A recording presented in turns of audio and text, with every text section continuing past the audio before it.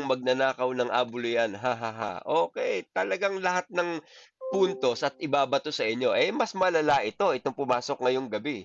Eh, kilala niyo ba ho si Willie Santiago? Eh, naging Satantiago ito, eh. Talagang lahat ng character assassination. Yung simpleng alak na ginawang mortal sin, pero yung pamlalait naman sa kapwa, aba'y mas mahamak na mas masama yun sa ginagawa niyo. Tama ba yun, paring Willie? Magandang gabi po.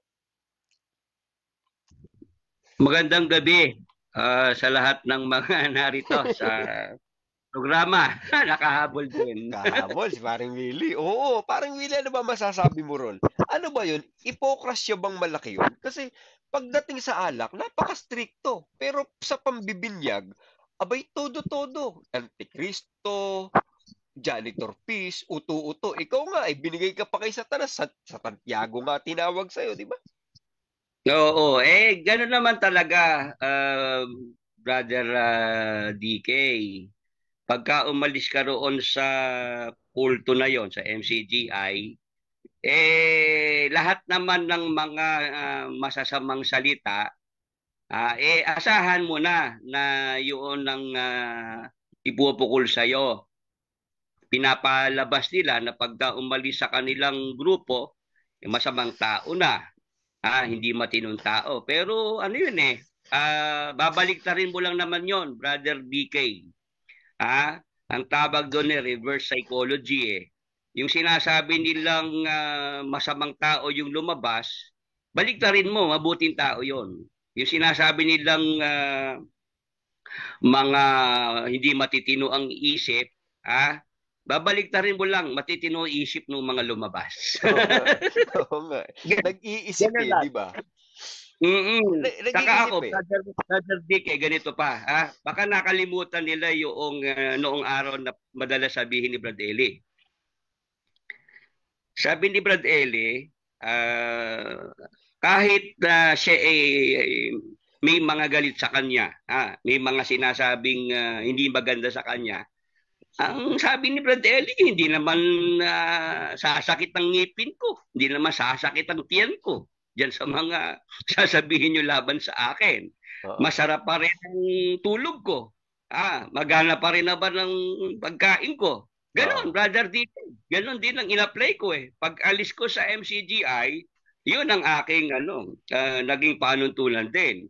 Hindi sasakit ang ngipin ko, hindi sasakit ang tiyan ko, diyan sa mga sasabihin nila laban sa akin.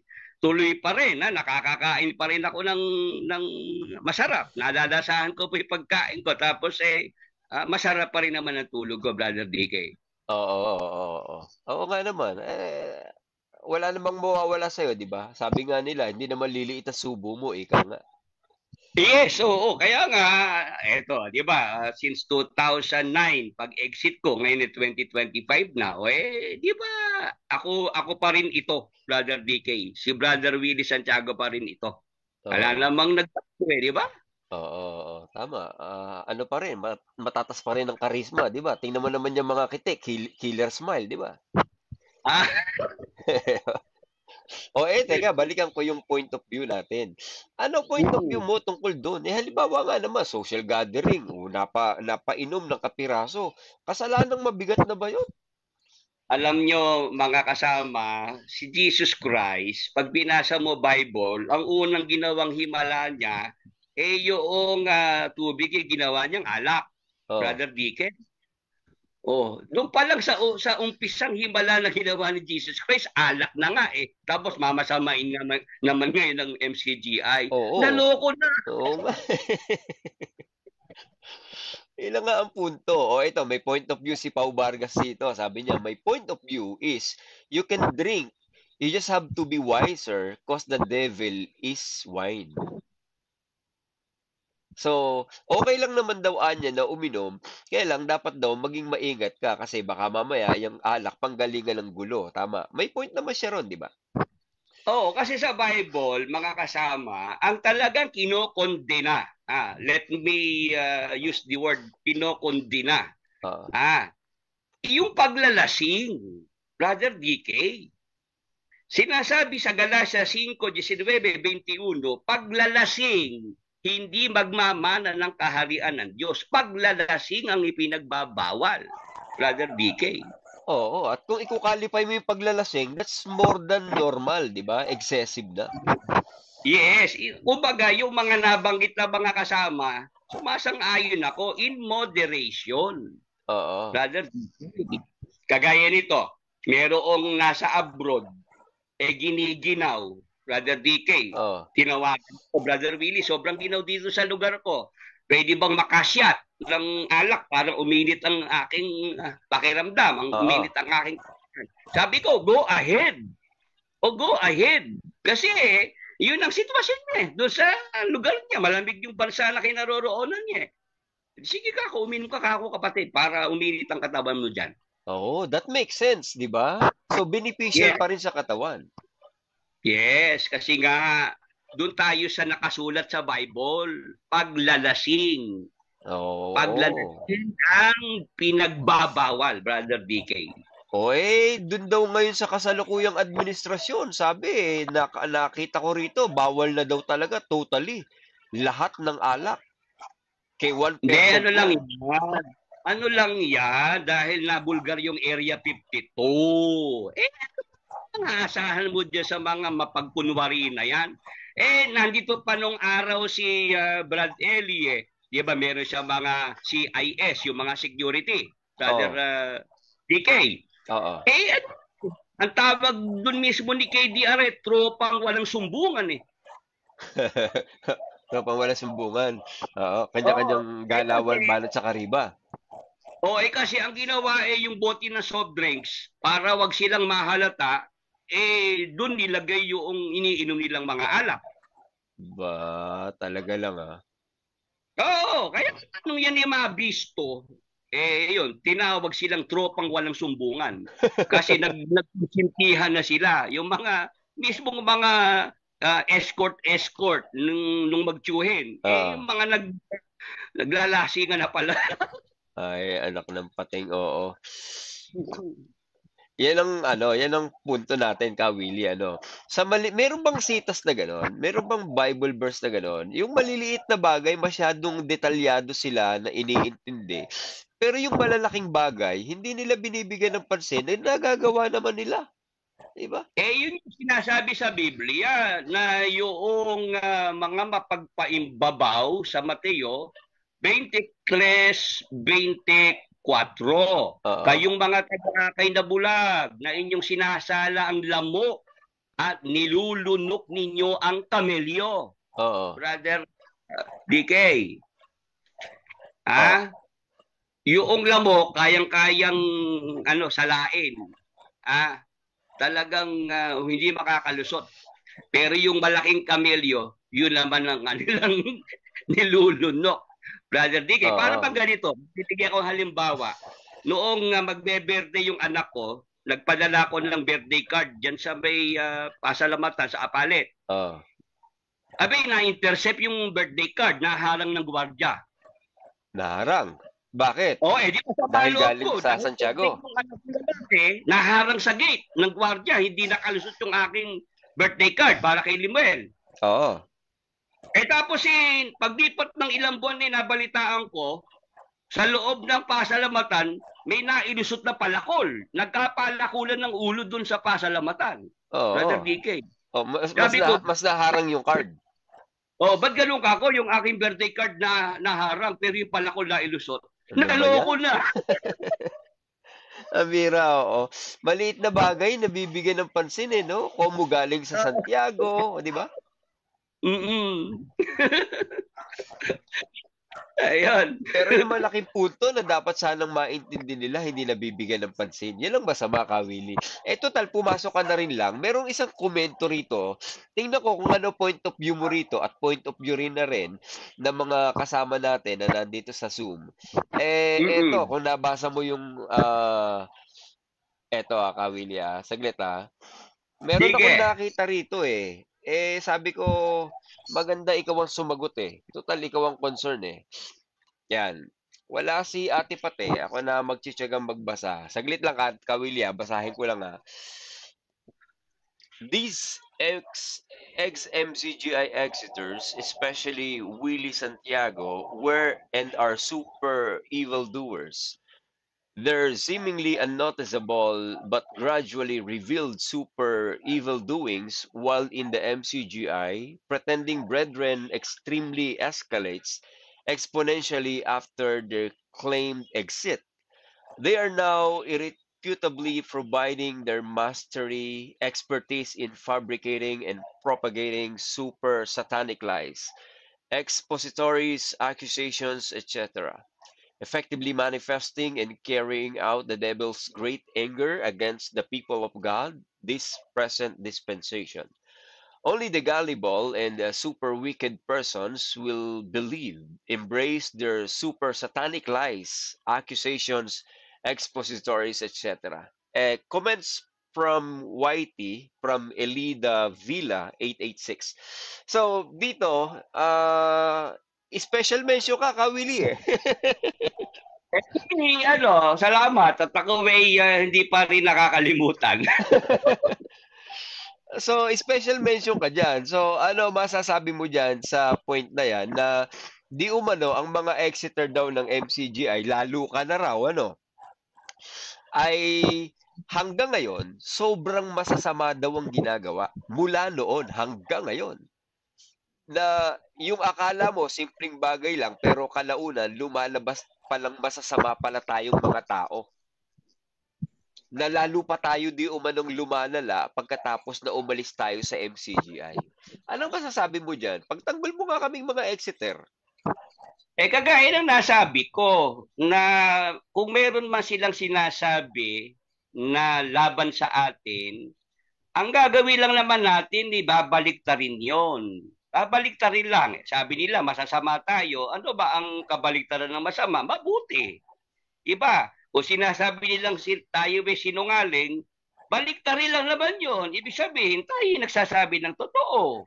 Ngayon, silang nagpaparatang, Brother DK, na nagsasabing tayo mga sinungaling, sila yung sinungaling. Ganun lang yun. Hindi mahirap maintindihan itong aking sinasabi kasi kung ako'y nanggaling dyan sa samahan na yan, sa loob ng 19 na taon, kabisado ko lang ang galawan dyan, Brother DK. 1990 pa lang ang matunog na pangalan nun yung Lolita Hison, yung may-ari ng Pampangas Best. Natatandaan mo yung Brother DK? Oo. Ay, di ba? Dahil si Brad Ele ay nagkaroon ng kaso dahil dinimanda siya noong Lolita Hison doon sa bouncing check. Ang sabi ni Brad Ele, masamang tao yung Lolita Hison. Tapos sinabihan pa niya ang kapatiran na huwag tatangkilikin yung Pampangas Best. Di ba? Oo. Pero Brother Dicky, pag pinag-aralan mo, yung sinasabi niyang masamang tao na si Lolita Hison, may mga kapatid yun sa ang dating daan. At yung mga kapatid niya sa ang dating daan, tinutulungan pa rin ng Lolita Hison kasi yun ang ate Oo. Sinusuportahan niya yung kasi may mga kapatid siya na lugi ang mga negosyo dahil may turo si Soriano, bawal kumain ng balot, bawal magtinda ng balot, Brother DK. Oo. Di nalugi ng negosyo noong Brother Teddy Olalia, kung hindi ako nagkakamali. Oo. Yun ang pangalan doon. Nalugi yung kanyang negosyong balutan, sinara na niya dahil bawal nga ni Bradley di yung Lolita Hison na pinasasama ni Brad Eli sa kapatiran, yun ang tumutulong dito sa kapatid niya na nawalan ng hanap buhay. Tapos yun naman kapatid niya na yun, tumutulong naman kay Brad Eli. O di pag-aralan mo yung pangyayari, Brother DK. Pinasasama ni Brad Eli yung Lolita Hison, pero yung Lolita Hison na yon nagmamalasakit sa kanyang mga kapatid na naiwang mga miyembro diyan sa grupo ni Brad Eli. Tapos, yung tinutulungan niya mga kapatid, yun naman na nag-aabuloy, sumusuporta kay Brother Eli. Di makikita mo na hindi talaga totoo yung sinasabi na masamang tao yung umaalis samahan. Kasi kaya naman umalis yung Lolita Hison, napatunayan niya na si Brad Ellie magaling lang mangutang. Pero pagka sisingilin na para magbayad, ayun, magkakagalit na kayo, Brother DK. Oo. Yun ang saklap, ano? Pagdating talaga sa mga Exeter, ang init ng mata nila eh. Yes, lalo kapag ka ikaw ay may pautang at maniningil ka na. Ilan na yung milyonarya na nakita ko nagkaganon, na pagka sinisingil na si Brad Ellie, gagawa na ng kwento. Sasabihin, may gusto kay Brad Ellie, laway na laway kay Brad Ellie, pinagpapantasyahan si Brad Ellie. Ilang milyonarya na, Brother DK, ang ginawa ng kwento. Kasi nga, noong sila ay naniningil na ng pautang nila, gagawa na ng kwento, papasamain na. Maniniwala naman yung mga utu-uto, Brother DK, yung mga hindi nag-imbestiga. O yun ang aking ano dyan, nasaksihan dyan sa loob ng 19 na taon. Oo, at ang masama pa nito, ang laging pukol ng sisi, hindi sa kanila eh. Lahat ang pukol ng sisi sa mga ibang tao eh. Yes, si Brother Eli, gano'n naman talaga. Pasensya na kung mayroong mga nakakarinig sa akin na maka-Brad Eli pa. Hindi nyo ba napansin, kahit sa mga turo, sino lagi sinisisi ni Brad Eli? Yung Nicolas Perez, di ba, Brother DK? Oo nga eh. Ang bukang bibig laging si Perez ang mali eh. Pero eto mapunta ako dyan sa Oo. mali-mali na yan Eto ka, Willie, meron kang binanggit doon sa tungkol kay Ilipas. Oo. Tungkol kay Ilipas, total, ito yung mapag-uusapan namin sa Friday, i-rebroadcast ko yung iyong naging discussion tungkol diyan. Ang paniniwala kasi naming mga manggagawa at karamihan ng lahat ng kapatid, masama sa Ilipas. Magiging muna kami ng kumpirmasyon. Kasi ako, ang paniniwala ko masama sa Ilipas eh. Yung mga nandito sa loob ng Zoom, pwede ba kayo magpatotoo na ang tingin natin kay Elipas po ay masama? Sige nga, magkomento nga kayo. Magbigay nga kayo ng comments nyo. Masama ba si Elipas? Yan po ang aming kasing naging paniniwala eh. At lahat ng mga manggagawa, iyan ang paniniwala masama sa Elipas. Ngayon, kung masama si Elipas, ayun, sabi rito ni Lucio Berrios, opo, yun ang pagkakaturo sa pagkakaalam ko. So, paniniwala niya talaga masama si Elipas. Dahil, kaya raw masama si Elipas, yun ang turo, sabi ni Flor de Luna, si Elipas kalaban ng Diyos. Dahil ang sinabi raw ni Elipas, iyo bang pagpapatuluyan ang dating daan na nilakaran ng masama? Kaya lahat daw ng nagsasabi na ang dating daan ay masama, masamang tao gaya ni Elipas. Yan ang natutunan namin. Ano ba katotohanan tungkol dyan? Ayan, Brother DK, salamat Itong si Elipas, ito ang gusto ko kaagad na maintindihan ng mga kasama natin. Si Elipas, kaibigan ni Job. Brother DK. Okay. Ngayon, si Job, pinapakilala sa Job 1:1, lalaking matuwid, sakdal, natatakot sa Diyos, humihiwalay sa kasamaan. Tama? Oo. Kung si Job ay taong sakdal, matuwid, humihiwalay sa kasamaan, at nakipagkaibigan kay Elipas, si Elipas pala kaaway ng Diyos.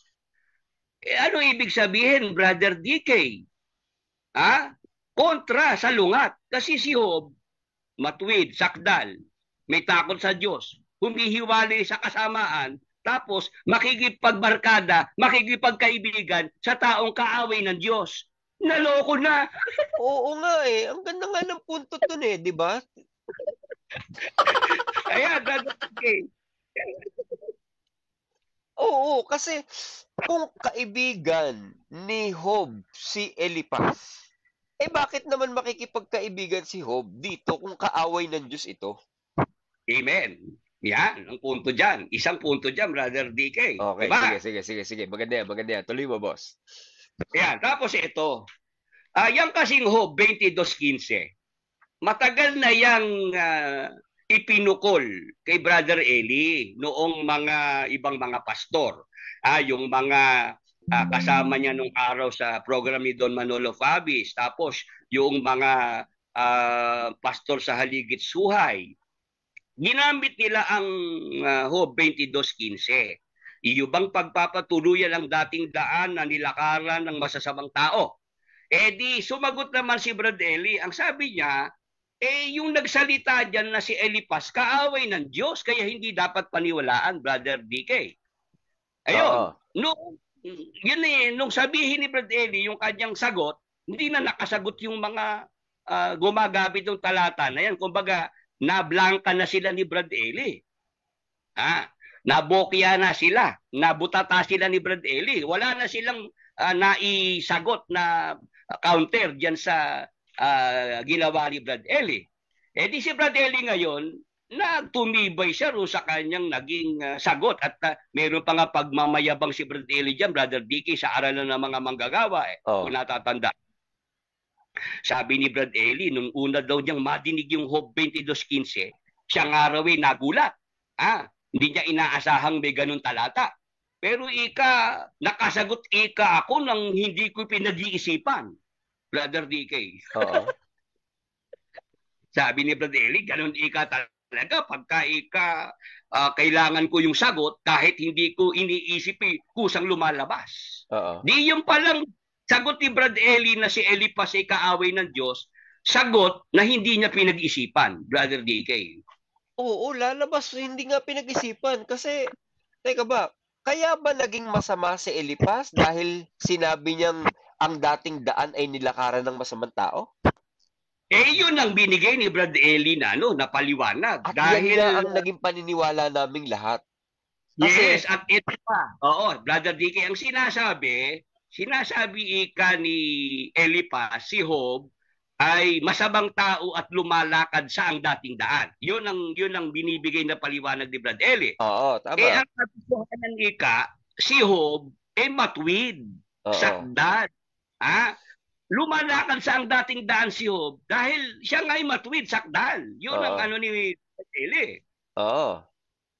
Yung kay Elipas ay paninira. Paninira yung kay Elipas, Brother DK. Oo. Ngayon, nung ako na, Brother DK, umalis sa samahan at binalikan ko yung Hob 22:15-16 na yan, salamat sa Panginoon at ibinigay niya sa akin yung talagang dapat na pagkaunawa dyan, Brother DK. Kasi, nung basahin ko yung Hob 22:15, ang sikreto pala ay nasa talatang 16, Brother DK. Bakit? Kailangan ano ba nandun? Eto. Pag binasa natin yung magkasunod na talata, iyo bang pagpapatuluyan ang dating daan na nilakaran ng mga masamang tao? Ngayon, sa talatang 16, na siyang mga naalis bago dumating ang kanilang kapanahunan, na ang patibayan ay nahuhong parang agos. Ito palang mga sinasabing mga lumalakad sa ang dating daan, masasamang tao, Brother DK. Sila pala yung mga naalis sa pamamagitan ng ng agos ng baha, Brother DK. At sa Biblia, meron talagang naiulat na baha na ang ginawa ng bahang ito, yung masasamang tao nilipol, inalis sa mundo, Brother DK. At yun nga yung baha sa panahon ni Noe. Ang dating daan na nilakaran ng masasamang tao, Brother DK, sila yung mga nilipol ng Diyos sa pamamagitan ng malaking baha sa panahon ni Noe. Ang dating daan, nilubog na ng Diyos sa baha.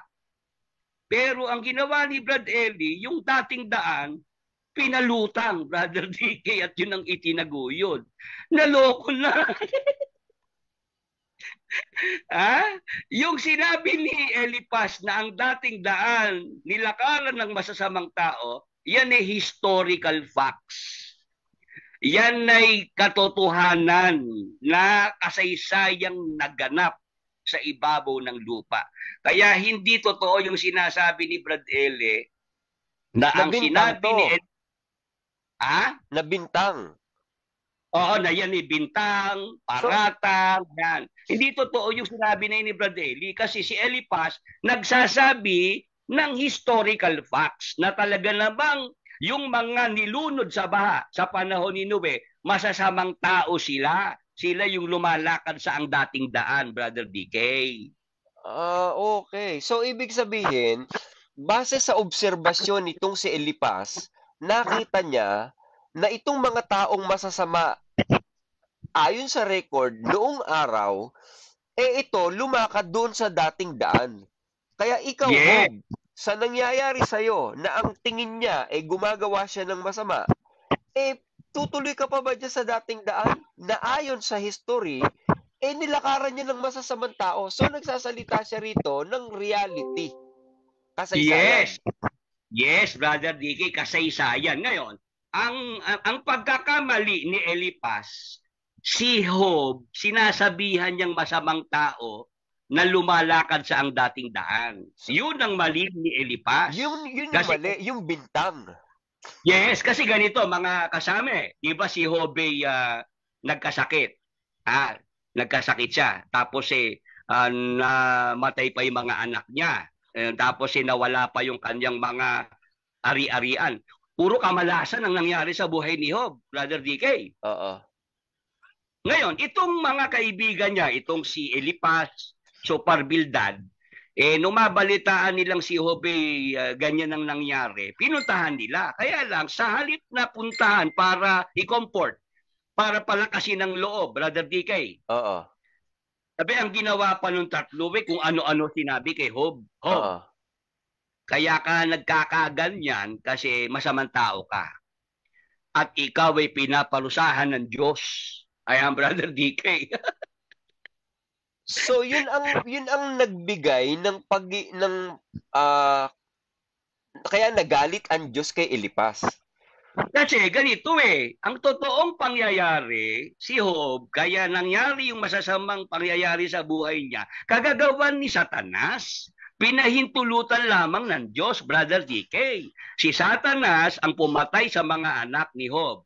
Si Satanas ang pumatay sa kanyang mga alagang hayop. Si Satanas din ang nagbigay ng sakit, ng bukol sa buong katawan ni Job. Pag binasa natin, Brother DK, Oh. walang kinalaman ng Diyos sa mga nangyari sa buhay ni Job. Pero itong tatlong kaibigan niya, sinasabi, Job, ikaw ay masamang tao ka, makasalanan ka, may mga inapi ka. Kaya, kaya ka nagkakaganyan, pinaparusahan ka ng Diyos sapagkat ang Diyos ay nagpaparusa sa makasalanan. Brother DK. Oo. So, Kaya unknowingly, hindi nila alam yung nangyayari na yon, kaya um, they presume na itong si Job gumagawa ng kasalanan sa harapan ng Diyos kaya siya nagkaganon. Yes, meron silang mga paratang kay Job. Job, kasi meron kang pinabayaan.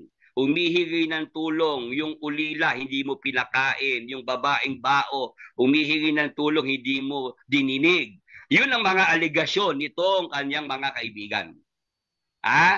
Ang sinasabi, magsisi ka na Job sa mga kasalanan mo. Pinaparusahan ka ng Diyos, Job. Samantalang wala namang kinalaman ng Diyos doon sa Oo. mga nangyari sa buhay ni Job. Si Satanas lahat ng may gawa noon. Oo. Pinahintulutan lang ng Diyos, Brother DK. Oo. Ngayon, sa Oo. Job 42:7, ito yung pinagbatayang talata ni Brother DK. Oo. Kaya niya sinabing kaaway ng Diyos itong si Elipas. 42:7 ng Job.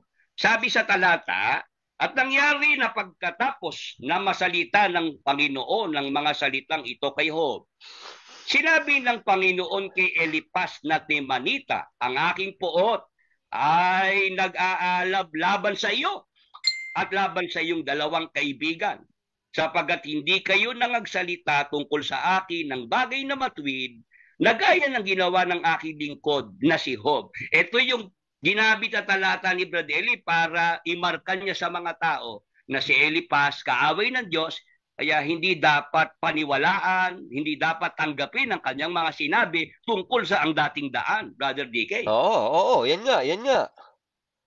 Di ba? Ayan ka, Oo. maliwanag na puot ang Diyos kay Elipas. Oo, kaya masamang tao si Elipas. Kaya kung At sinabi niyang bawal ang sa dating ito. Dani masama, gago kasi yan. Yes, o ngayon. Pagka hindi tayo, Brother DK, hihinto na tayo sa 42.7, mapapaniwala talaga tayo ni Brad Eli doon sa kanyang ibinigay na paliwanag. Kasi, humindo na si Brad Eli sa talatang 7. Yan, maliwanag ika. Napuot ang Diyos kay Elipas at sa kanyang dalawang kaibigan. Dahil napuot ang Diyos, kaaway ng Diyos itong mga ito. Pag binasa mo naman, Brother DK, yung talatang 8, yung kasunod na talata, May ang misteryo ba nakasulat yan? May naman, misteryo ba? May misteryo ba sa 8? oo, meron, Brother DK. Si Brad Eli, hindi na niya nabigyan ng pansin yung Naku talatang 8 po, delikado ito. Delikado to, delikado. Anong matutuklasan namin dito? Kaya magsikuha kayo sa inyo ngayon ng 7 guyang baka at 7 lalaking tupa.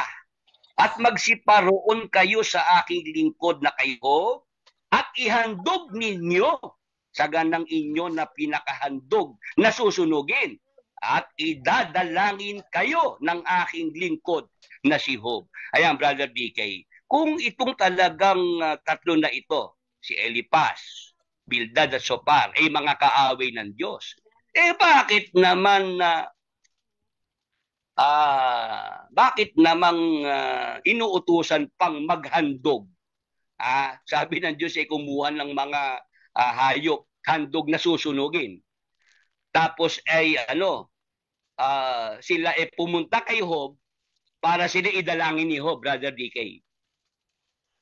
Oo nga, ano? Ngayon ko lang din napansin to. So, ibig mong sabihin ka, Willie, hindi dapat maputol sa 7 para i-picture mo sa tao na masama si Elipas right away. Tama. Tama kasi kung mahalaga yung talatang 8, mabasa kasi ganito, Brother DK Kung ito ngang si Elipas at yung kanyang dalawang kaibigan ay mga kaaway ng Diyos, bakit naman uutusan pa ng Diyos yung kanyang mga kaaway ay maghandog sa kanya? At bakit naman si Job, idadalangin pa itong tatlong ito na mga kaaway ng Diyos, Brother DK? Oo nga, naku po, ang laking punto nito, ang laking pasabog nito.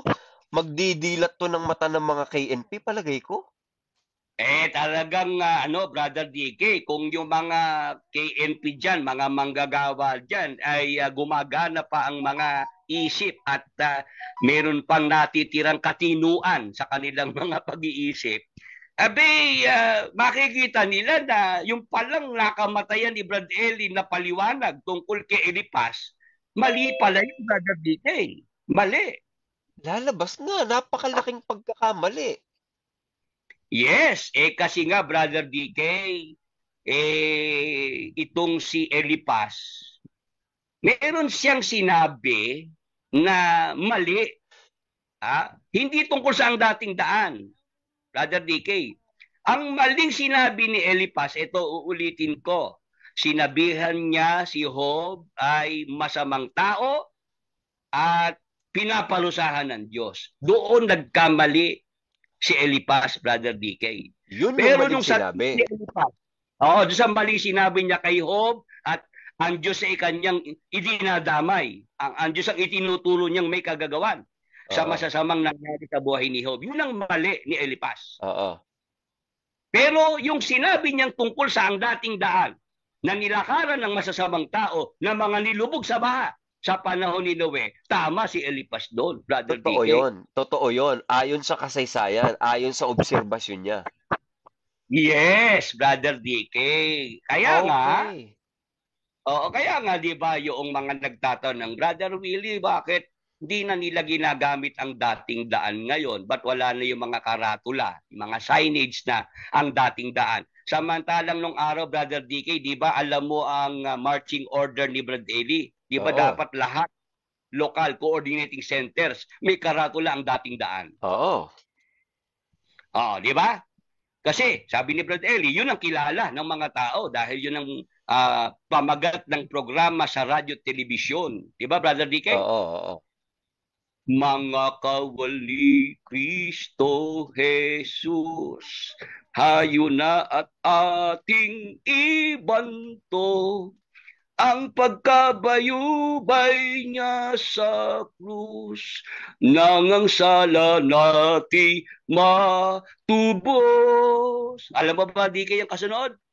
Hayun at ano ba, kuwara ba tayo rito? Ah, Hayun at ating ipagdiwang, aral niyang tanging kaligtasan, sa lahat ng dako ay isigaw, ang gintong aral. sa taong nangadidiliman, nang ang puso't isip Isip mabuksan upang upang tamuhin nila't makamtan ang langit na kaharian. ayun. Di ba? Yan ang team song, Brother DK, di ba? Oo, Di ba? Sineselebrate pa yung anniversary niya, di ba, Brother DK? oo, every year.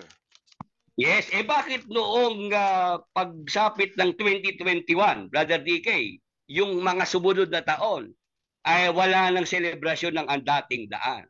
Oo nga ano? Di ba? Bakit pinalitan na nila? Kasi nga, Brother DK, hindi na nila kayang ipagtanggol yang ang dating daan na yan. Oo. Paano maipagtatanggol nga naman ito, Kawili? Tingnan mo nga naman yung napakagandang punto, nagdudumilat. Ayan oh, nakasulat 42:8. Oo. Idadalangin kayo ng aking lingkod na si Job. Kung masamang tao talaga 'tong si Elipas, bakit naman idadalangin pa ni Job? Tama, Brother DK. At bakit naman uutusan pa ng Diyos na maghandog sa kanya? Sabi sa Kawikaan 15:8, Brother DK, ang hain ng masama ay kasuklam-suklam sa Panginoon. Di ba? Hindi tinatanggap ng Panginoon ang hain ng masama. Oo, Tapos, uutusan niya itong si Elipas maghandog sa kanya. Naloko na. ay anak ng pitong kagaw, ang bihirang anyari 'to. Ang laking ang laking revelation nito, boss. Di ba? Nadenggoy tayo rito, Kawili. Sino sinisi rito? Ah? Sino sinisi? Nung 2010, 2011, yan ay nai-upload ko na sa YouTube. Napakinggan na ni Brad Eli itong aking argumento na ito, Brother DK eh. Oh, Kaya lang, sa halip na ako'y sagutin ni Brad Eli, lalo noong 2016, meron lang live streaming, pwede na oh, kaming magsagutan kahit siya nasa Brazil, di ba? oh. Ang naging sagot ni Brad Eli na lang, ipatanggal yung mga videos ko, ipareklamo yung aking YouTube channel, tapos ako ay sampahan ng mga demanda sa korte. Oo, siyempre para 'wag masira ang image. Ganun lang nangyari na lang, Brother DK. Sino na Na, naman ang may kasalanan ng lahat? Si Perez na naman. eh, Nicolas Perez. Kaya nga sabi ko kung si Nicolas Perez lang buhay pa at madidinig yung mga paninisi ni Brad Ele. Oh, Siguro kakanta na ng si Nicolas Perez, Brother DK eh. ano kakantahin? Ako ang nakikita, ako ang nasisisi, ako ang No, no, no, no.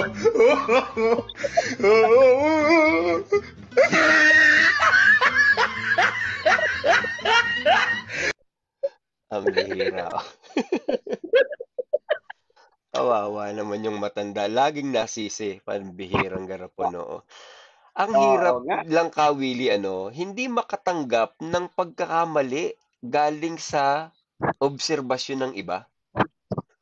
Yes, kasi nga, meron kasing ganun, Brother DK di ba? Napasin mo ba nung araw pag may mga lumalapit sa consultation, may mga nagtatanong at pag naramdaman ni Brad Eli yung nagtatanong, medyo may naiintindihan sa Biblia. Hindi ba? Yung lumalabas sa bibig nila, mas marunong ka pa sa honor? Oo Di nga, ba? Marunong ka pa sa honor? oo, Di ba? Hindi nakahandang tumanggap yung Brother DK. oo. Yan ang hirap. Diyan tayo nadenggoy. Como masyado tayong nagtiwala, masyado tayong bumilib, hindi na tayo nagbasa. Ang kasunod lang pala, 8, may sagot na. Yes, 'di ba yung 42-7 pinutol lang ni Bradley sa 7. Ituloy Oo, mo na sa 8 makikita mo na mali yung ibinigay na paliwanag ni Bradley tungkol kay Elipas Kaya alam mo ba Brother DK nung araw, di oo, tagabasa ko ni Bradley. oo, Pag binabasa namin yung aklat ni Job, sabi sa akin ni Brad Willie, ingat lang ha. At dapat iwasan natin yung mga salita na ginamit ni Elipas, ni Bildad at ni Sopar. Kasi ang turungan niya ay mga kaaway ng Diyos yan eh. oo, oo. Para maingatan yung ang dating daan, di ba? Yes, yes. Pero hindi ganon, Brother PK, kasi kahit nga si Apostol Pablo, ginamit niyang referensya itong si Elipas Oo. sa kanyang pagtuturo, Brother DK. Oh my goodness. Paanong masamang tao si Elipas, kaaway ng Diyos? Mismong si Apostol Pablo, ginamit niya yung sulat ni Elipas. Yun ang kanyang referensya, Brother DK. Oo. Babasahin ko, pwede ba, Brother DK? Naku, pwedeng pwede. Ito po, mga kasama, sa unang Korinto 3:19, sapagkat ang karunungan ng sanglibutang ito ay kamangmangan sa Diyos. 3:19. Sapagkat nasusulat, hinuhuli niya ang marurunong sa kanilang katusuhan. Ayan, yan gumamit ng nasusulat itong si Apostol Pablo Meron siyang kasulatan na ginamit niyang referensya. Pag Okay. hinanap natin yan, nasa aklat ng Job yan, Huh? 5 at 13, salita ni Elipas ito, Brother DK. Ito naman ang nakasulat. Warning. Kanyang hinuhuli ang This pangkat. program is habit forming. Sorry ka, Willie. Go ahead. Nakasulat dito. Kanyang hinuhuli ang panta sa kanilang sariling katha at ang payo ng suwail ay napapariwara. Ayan, Brother DK. So, salita to ni Elipas. Salita ni Elipas, ginamit na referensya ng Apostol Pablo. Pambihirang talong, oo. Kung masamang tao si Elipas, ba't naman gagamitin pang referensya ni Pablo? Yes, Brother DK. Kung kaaway siya ng Diyos, bakit naman ang Apostol Pablo gagamit ng salita ng kaaway ng Diyos? Naloko na. Oo. Ayun. Ayan, Brother DK, may mga magagandang comment. Magandang ulit-ulitin itong paksa na ito. Ang dating daan. Ito ang tunay na Bible exposition. Kay Dancel Hope, Brother DK. Oo, ka, Willie.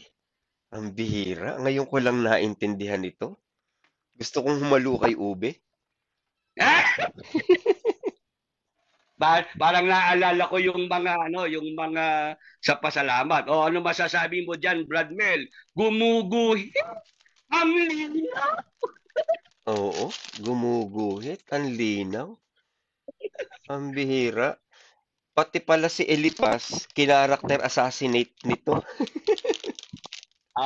Kasi nga kailangan i-discredit ni Brad Oo. Eddie si Elipas kasi nga yung dating daan talaga ang tatamaan, Brother Oo. DK, pag hindi niya pasasamain. Parang yung ginawa sa akin, Brad DK, di ba kailangan pasamain si Brad Willie Santiago para ma-discredit, para hindi paniwalaan ng mga kapatid, Oo. di ba? Oo. Tama. Tamang salita. Mm-mm. Diniscredit si Elipas dahil doon sa sinabi niyang ang dating daan daw ay nilalakaran ng masama. Kaya kailangan i-discredit si Elipas.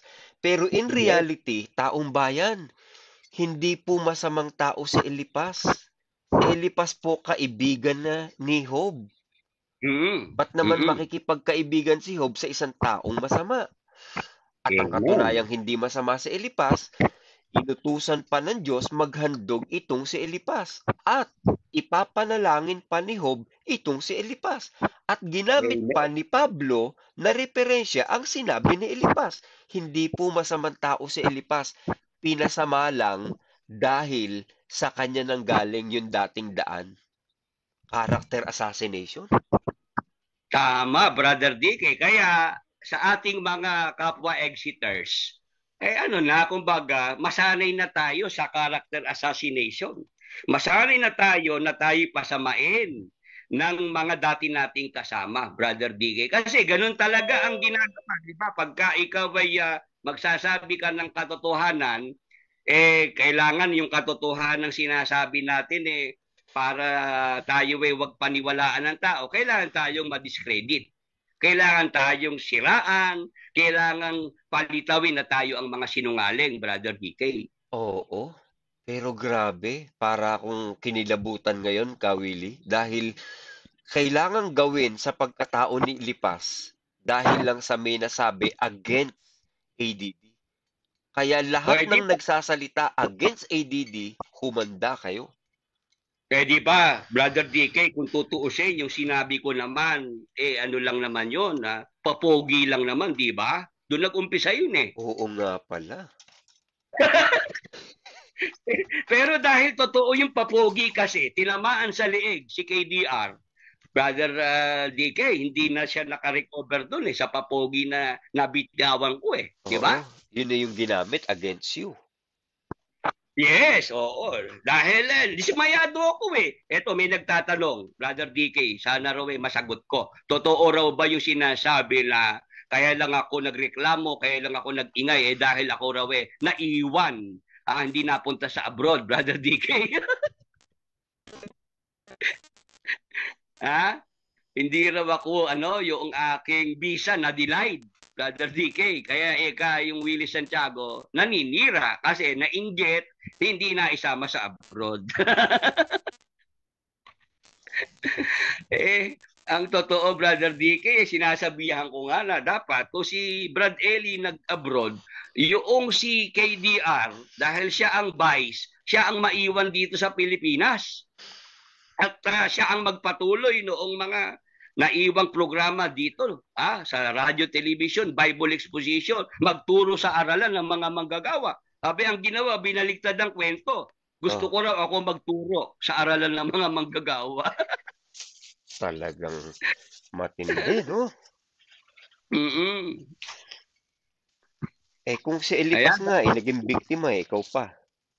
Oo nga, kaya nga, Brother DK, nung mabasa ko itong kay Elipas, na yung nangyari sa kanya, yun ang ginawa sa akin nung pag-exit ko ng 2009, Brother DK, napagsanayan na ng kalooban ko minsan nga dito sa lugar ko sa SM Baliwag, Brother DK. Oo. Nagpapalamig ako doon sa SM. Meron akong mga nakitang mga miyembro ng dating daan. Oo. Sabi kung pwede lang mapatay ako sa tingin baka patay na ako ngayon, Brother DK Oo. Dahil kung makatingin sa'yo mula bumbunan hanggang talampakan. Masama makatingin. Hindi ko na lang pinapansin. Loob-loob ko lang, sabi ko. Pare-pares lang tayo nagpapalamig dito sa SM. Akala mo siya may-ari ng SM kung tingnan ako, Brother DK.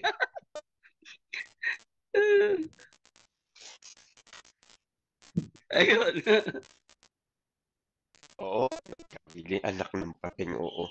Pero alam mo, eto anyaya namin sa aming mga viewers. Sa Friday po, ay i-re-restream ko yung tungkol sa ang dating daan at mas makaka-appreciate yung ating mga viewers diyan, Kawili. Salamat, Brother DK, dyan sa iyong balak na yan na yung aking naging programa nung Sunday ng umaga dito sa programa mo re-relive mo. Oo, i-stream natin yan. Patikim lang po yan, taong bayan. Siguro masyado na silang natakam dyan, Kawili, no? Eto ngayon ang aming anyaya. Sino ngayon ang mayroon pang bayag na KNP na kayang depensahan yung argumento na yan? Palagay niyo po, taong bayan, sino sa KNP ang lilitaw na may lakas ng loob para banggain ang deklarasyon na yan at paliwanag na yan ni Kawili? Kayo na ho ang sumagot. Kung wala, isa lang ang ibig sabihin. Pinatitibay ang inyong pag-exit. Hindi nila kayang tindigan yang ganyang paniniwala at argumento. Dati si Bes, kaya niyang isigaw, mga kapatid, kung meron pong mang-aagrabyado, magsasalita ng laban sa inyong pananampalataya, nakahanda ang pangasiwaan na harapin ang pastor, ministro, pare, kahit sino. Kaya pa ba ngayong sabihin yan ng administrasyon ng MCGI? Final thoughts, Brad Willie. Isasara ko na tong telon. May nanalo na. Sa lahat ng dako ay isigaw ang gintong aral. Sa taong nangadidiliman ng ang puso't isip mabuksan upang tamuhin nila't makamtan ang langit na kaharian.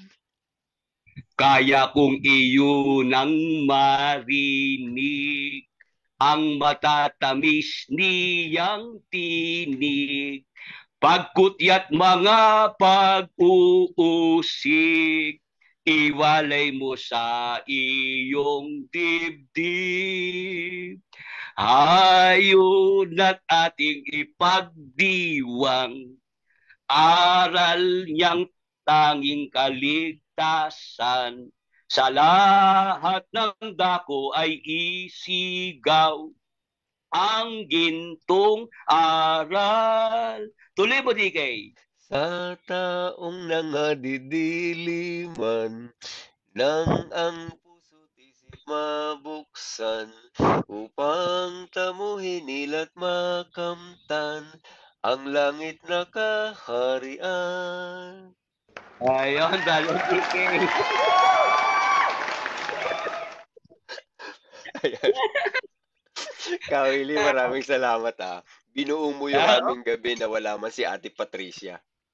Oo nga, sayang, hindi kami nag-abot no, Brother DK? Oo, narinig niya sana yung mga hiwaga,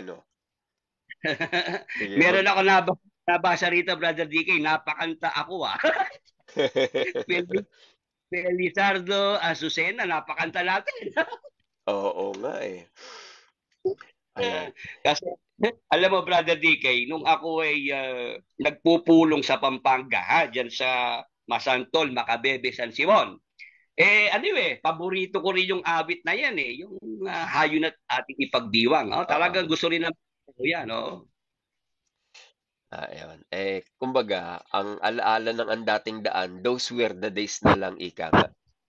Oo, kasi 'di ba Brother DK, dating daan PO Box, 'di ba? May mga sumusulat diyan, 'di ba Oo. alam mo ba, mga love letters may nasisingit na mga nasasalit-salit na mga love letters. Para sa iyo. Si Brother Eli mismo ibabalibag sa akin yung sulat. Ay, para sa iyo to. Pero bukas na. Sabi rito ni John Ray Mendoza, I think Wilfredo Santiago has deeper knowledge and have read the Bible throughout. Yan ang gusto ko sa isang taong nagsasalita. Merong knowledge talaga, halatang may alam siya sa hermeneutics. Yun nga ang problema Pagka kasi ang pinakikinggan nyo po, Bible search lang, hindi naman magkadugtong, pilit pagtutugtungin, delikado ho yan. Ang tawag dyan, eisegesis, Kawili, tama ba? Oo, yung ganon, yung paliwanag ay galing sa isip nung nagbabasa. Sariling interpretasyon. Oo. eisegesis. Eisegesis, oo.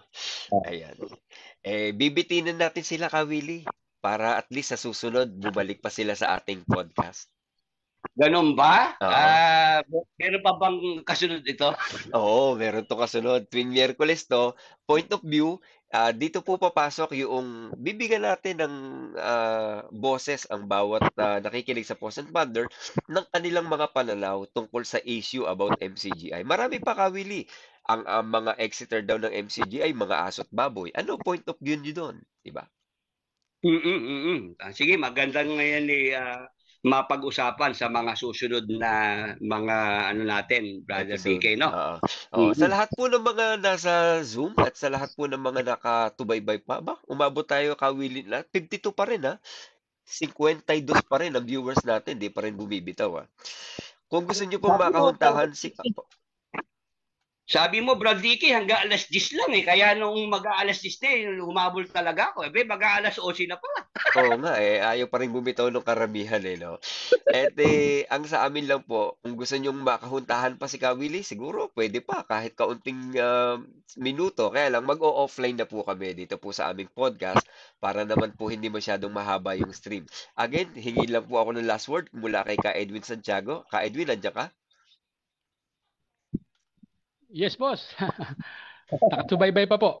Ayun, sige, final word, Ka Edwin. Thank you sa participation, Okay, salamat po, Brother DK, sa inyo pong pag-imbita at naging bahagi po ng inyong programa. Salamat po sa lahat ng ating mga nakasama ngayong gabi. Naway mayroon po kayong natutunan at kami po ay nakapagbigay ng inspirasyon sa amin po mga ibinahagi sa inyo. Magandang gabi po. Pagpalain po tayo ng Panginoon Diyos. Yan, Ka Edwin Santiago, kapatid pong nakakabata ni Ka Willie Santiago. Matalino yan. Aba, biruin mo naman kung hindi matalino na Ka Willie, Abay, apat pala kayong nasa dating daan, wala kayong mga asawa. Walang apo, ang mga nanay nyo. Sa katalinuhan niya, siya unang nag-asawa. O, di ba? Matalino rin, Okay, kasi, Brother DK, nakita kasi ni Brad Edwin nung pag-alib ko nun sa ang dating daan. Alam kasi ni Brad Edwin na may nobya ako nung araw Brother DK Mm. May friend ako dahil nga kahigpitan ng ng pagbabawal ng pag-aasawa, talagang yung aking love life na isakripisyo. Hindi nabigyan ng pansin, Oo, dun na ni Brad Edwin yun, nakita yan na mahirap pala pagka ikaw nagpamiyembro sa ang dating daan. Mawawalan ka ng love life. Oo. Zero love life. Matalino rin ang kapatid mo. Talagang, sige, saka na ako anib pag may asawa na ako. Okay din, Santiago utak, Oo. Sige. Ka Willie, magandang gabi po sa'yo. Final word po bago mo iwan ang itong mga viewers natin. Nasa 55 po ang viewers natin sa Pause and Ponder. Ay, salamat ng marami, Brother DK, dito sa sa programang ito na ako na-invite mo uli. Pilot episode, di ba? Sabi mo kanina, no? Oo, Ka Willie. Karangalan ko naman na ako naging bahagi nitong pilot episode na ito, Brother DK, at umaasa ako na magtutuloy-tuloy ito, ito sasambahan ng Panginoon kasi makakatulong tayo sa marami na mga closet exiter sa MCGI, Brother DK. Ayan, meron dito message para sa'yo. Na-miss ko yung tawa mong yan, Brad Willie, sa radyo at TV. Marami akong record ng live broadcast nyo noon sa radyo at TV. Nung nagsusuri pa lang ako, nakaredy palagi ang aking cassette tape noon para i-record sa radyo program, VHS tape naman. 2 years na rigid na pagsusuri, ginawa ko noon, pati mga Bible exposition sa Araneta Coliseum, covered court sa Binangonan, nandun ako. 3 nights exposition, mga active na tumatanong Binangonan noon, mga tagahaligi at suhay. Ayun, very inspiring daw yung iyong discussion tonight, Ka Willie. At walang bitawan, basta totoo ang usapan. Pero kailangan po namin talagang bitawan si Ka Willie dahil nirarayuma po ang Ka Willie pagka masyado na hong malalim ang gabi. Ayun, Ka Willie. Totoo po yan. Dahil tayo talagang umidad na rin naman, Brother DK. Nung araw yun, Ka Willie, nung araw. Pero ngayon, Oo, gabi na. Nung araw po yan. Pero ngayon gumabi na. Kaya lubayan nyo na si Ka Willie. Kung gusto niya siyang sundan, puntahan nyo sa mabuting daan yung kanyang YouTube channel po doon. Pero sa lahat ng gustong makipag-participate, pwede pa siguro mga 11 dito sa Zoom. Pero ngayon po, pansamantala kami magtatapos na. Maraming salamat po sa inyong pakikinig dito po sa Pause and Ponder. Hanggang sa muli sa Miyerkules, makapaglingkod kami sa inyo. Magandang gabi po sa inyong lahat.